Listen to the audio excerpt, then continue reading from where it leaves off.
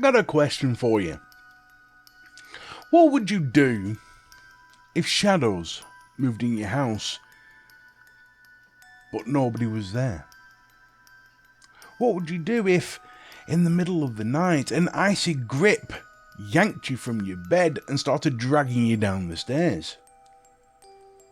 And what would you do if a dark hooded figure appeared at the foot of your bed, just watching you? Welcome to 30 East Drive in Pontefract, where the Black Monk waits and no one leaves unscarred.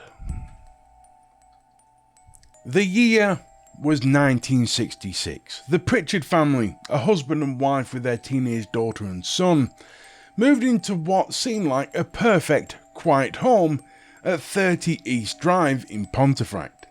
A peaceful, ordinary house in a quaint West Yorkshire village. So they thought. They were just a normal family with no idea that their lives were about to be turned upside down. At first, there were only small disturbances, like flickering lights, cold drafts sweeping through rooms that were closed off, and strange, musty smells that appeared and then vanished. Then came the chalky dust coating surfaces and slow, heavy footsteps echoing through empty rooms. The Pritchards would of course investigate, but they wouldn't find anybody. It's as if whoever was walking around vanished into thin air. That might seem frightening to most, but believe me when I say soon things escalated. Diane, the Pritchard's teenage daughter, was violently attacked, yanked by invisible hands up the stairs, leaving red marks around her neck.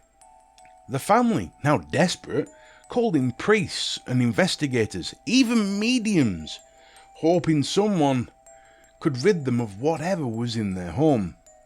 But the disturbances only grew stronger, as if whatever was haunting them fed on the very fear that was destroying their lives. After poor Diane's terrifying encounter, the family hoped it was just an isolated event. But small objects began disappearing, only to reappear days later in strange places. Cups slid across tables on their own, and furniture shook violently without any warning. One night, the son Philip woke to feel his bedsheets being slowly pulled off him. He tried to hold on, but the invisible force yanked them from his grip, leaving him frozen in fear. The house seemed to throb with a cold, hostile energy, as if whatever this was demanded the family leave. Absolutely desperate, the family reached out for help once more. A local priest tried to bless the house, but during the prayer, a loud crash sounded from the attic, followed by a sinister chuckle. Whatever haunted them wasn't leaving, and it seemed to grow angrier with each attempt to exorcise it. As word spread of the hauntings, locals shared an ancient tale.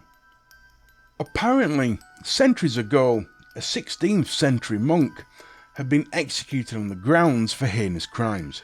His soul cursed to remain trapped where he committed his dark deeds.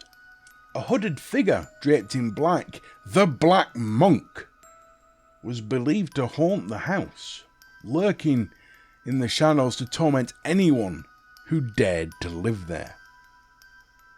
Visitors described a tall, shadowy figure following them down the hallways and appearing at the foot of their beds.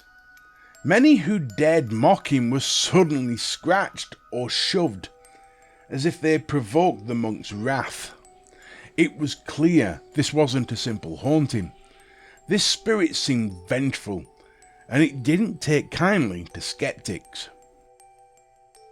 Some guests reported bruises and icy cold spots, especially near the staircase where Diane had been attacked. A thick, eerie dread filled the air, and menacing laughter echoed through the halls.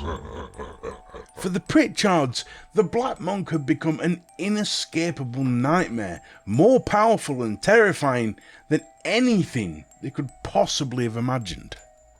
As news of the Pritchard's family torment spread, paranormal investigators flocked to 30 East Drive. One investigator felt an icy hand brush his neck, and his cameras captured shadowy figures darting past doorways. As he was about to leave, a low guttural laugh echoed from the stairwell, sending him fleeing from the house. Another team set up thermal cameras overnight and heard whispered chants, followed by a powerful cold rush. At the top of the stairs, one of them was pushed, almost knocking him down the stairs. The house's reputation grew as one of the most haunted places in Europe, with everyone who entered leaving with stories of scratches, bites, and the feeling of being watched. Despite the evidence and countless investigations, the Black Monk remained an elusive, dark presence, challenging anyone who dared question his power. Those who braved the house left haunted by memories, convinced that the Black Monk was far more than just a ghost. Years after the haunting began, 30 East Drive remains one of Britain's most notorious haunted houses. Many believe the Black Monk is simply a restless soul. Others claim he's a malevolent force feeding off fear and suffering. Those who enter rarely leave unchanged, carrying a sense of dread they can never quite shake. Visitors are warned never to challenge the monk, never to mock him. They say mocking him invites his wrath. Many have experienced a violent push, heard ominous laughter, or felt the icy gaze of something lurking just out of sight. The Black Monk is always there, always waiting for the next to fall victim to his rage. So I ask you, with everything I've just told you, would you dare spend a night at 30 East Drive with the Black Monk watching from the shadows? Or would you leave that door firmly shut, because once you enter, you may never truly leave? If this tale has left a chill down your spine, make sure to like and subscribe for more dark mysteries in this Halloween series. This is the 8th video of a 10 video series, and it's been amazing doing these videos.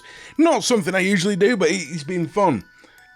If you could do me a favour and follow me on X for more updates on content upcoming, the link is in the description below. Before I end this video, there's something I need to do. There's something I need to say. I want to say a massive thank you from the bottom of my heart to everybody who's listened to this video and all my others, and to all of the 150 odd subscribers who have supported this channel. I can't believe I've actually got to 150. It seems a small number to many, but to me, it means a lot. It truly, truly does. So thank you from the bottom of my heart. Until next time, always remember, the shadows aren't empty, and sometimes it's better not to look too closely at what's lurking in the dark. Oh yeah, and don't take the piss out of it either. Goodbye for now.